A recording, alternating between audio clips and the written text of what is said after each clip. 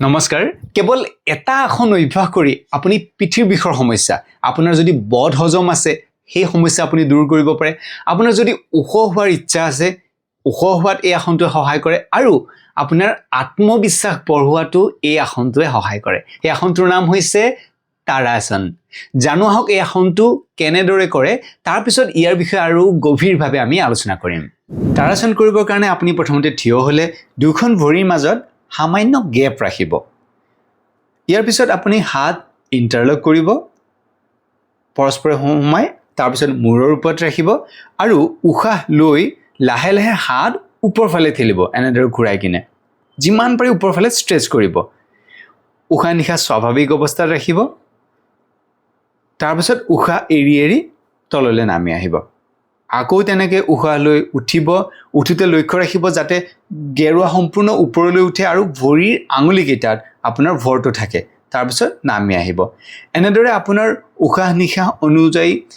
যিমান সময় আপুনি ওপৰত ধৰি ৰাখিব পাৰে 5 পৰা 10 ছেকেণ্ড সময় থাকিব প্ৰথম অৱস্থাত আপুনি 5 ছেকেণ্ড থাকিলে হ'ল তাৰপিছত লাহে লাহে আপুনি 10 ছেকেণ্ড সময় থাকিব তাৰপিছত হাত নমাই দিব এনেদৰে 3 পৰা 5 বাৰ এই আসনটো কৰিব পাৰে তো প্ৰথম অৱস্থাত আপুনি অলপ সময় থাকিব লাহে লাহে এটো বঢ়াব তাৰপিছত শেষত হাত তললৈ নমাব এতিয়া আহিছো এই আসনটোৰ আৰু কি উপকাৰিতা আছে তাৰাসন আপুনি নিয়মীয়াভাৱে কৰিলে আপোনাৰ ৰাজহাড় নমনীয় হোৱাত সহায় কৰে যাৰ ফলত আপোনাৰ বডিৰ প'শ্চাৰ অৰ্থাৎ আপোনাৰ বডিৰ গঠন খুব সুন্দৰ কৰে আপুনি থিয় হৈ বা বহিলে আপোনাৰ মেৰুদণ্ড সিধা হৈ থাকিব যিসকলৰ ওখ হোৱাৰ ইচ্ছা আছে তেওঁলোককো এই আসনটোৱে সহায় কৰে অৱশ্যে মোৰো আগতে হাইট কম আছিলে তাৰপিছত মোৰ বন্ধু বান্ধৱীসকল বা মোৰ ঘৰৰ মানুহে মাজতে হাঁহিছিলে যে গাঠু বুলি তাৰপিছত যেতিয়া মই যোগাভ্যাস কৰিব আৰম্ভ কৰিলোঁ তাৰপিছত মোৰ হাইট ইনক্ৰিজ হৈছিলে কিন্তু ইয়াতে এটা কথা আছে কিন্তুটো হৈছে যে 25 বছৰৰ তলৰ ল'ৰা ছোৱালীবিলাকৰহে ওখ হোৱাত সহায় কৰে আফটাৰ 25 ইয়াৰ্ছ এটো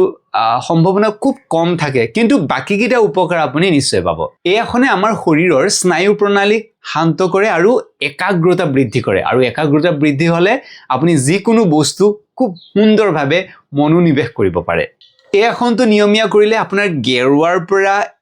মূৰলৈ হাতলৈ আপোনাৰ তেজৰ সঞ্চালন উন্নত কৰে এই তাৰাসনৰ যদিও বহুকেইটা উপকাৰিতা আছে ইয়াৰ কিন্তু সীমাবদ্ধতা বা লিমিটেশনো আছে সেইকেইটা জনাটো খুব প্ৰয়োজন প্ৰথম হৈছে যদি কাৰোবাৰ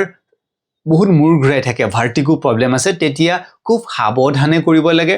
কাৰোবাৰ যদি আঁঠুৰ সিভিয়াৰ পেইন থাকে তেতিয়া গুৰুৰ তত্ত্বাৱধানৰ বা গাইডেন্সৰ কথা অনুসৰিহে এই আসনটো কৰিব লাগে এতিয়া আমি এনাটমিক্যালি চাম যে এই আসনটোৱে আমাৰ শৰীৰৰ ভিতৰত কি প্ৰভাৱ পেলায় এই আসনে আমাৰ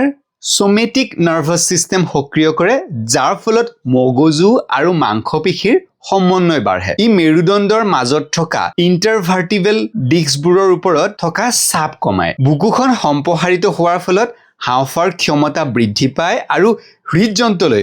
অক্সিজেনযুক্ত তেজৰ প্ৰবাহ সুচল হয় ই আমাৰ শৰীৰৰ হৰমনৰ ভাৰসাম্যও ৰক্ষা কৰে ঋষিমুনিসকলে হঠযোগ প্ৰদীপিকা জ্ঞানেন্দ্ৰ সংহিতা ইত্যাদি আমাৰ পুৰণি যুগৰ যি কিতাপ তাত উল্লেখ কৰিছে যে আমাৰ শৰীৰটো যেতিয়া স্থিৰ হয় তেতিয়াহে আমাৰ মন স্থিৰ হয় ইয়াত তাৰাসনৰ তাৰ মানে তালগছ বা পৰ্বত যেনেদৰে তালগছ এডাল বা পৰ্বত এখন বিভিন্ন ধুমুহা আহিলেও হি অটল হৈ থাকে ঠিক তেনেদৰে তাৰাসন কৰিলেও আমাৰ মন দৃঢ় হয় যোগাভ্যাসৰ জৰিয়তে কেৱল এইকেইটা উপকাৰ পোৱাই নহয় নিয়মীয়া যোগাভ্যাস কৰিলে ই আপোনাৰ আধ্যাত্মিক আত্মোপলব্ধিৰ বাট মুকলি কৰে ভিডিঅ'টো যদি ভাল লাগিছে আপোনাৰ বন্ধু বান্ধৱীসকলৰ লগত